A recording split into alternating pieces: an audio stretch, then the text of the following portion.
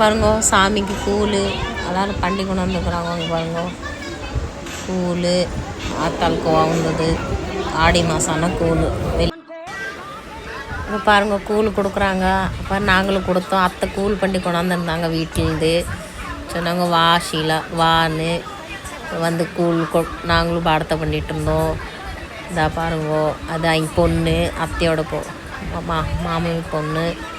இது மோகன் அவனும் தங்கி பண்ணிகிட்டு இருந்தேன். அங்கே பாருங்கோ அவன் கூழ் வாங்கி வேறு எல்லாத்துக்கும் கூழ் ஊற்றி கொடுத்துருவோம். கிளாஸ் எடுத்து கொடுத்துட்ருந்தேன். அன்னும் கொடுத்துட்டு இருந்தாங்க அவங்க பொண்ணு.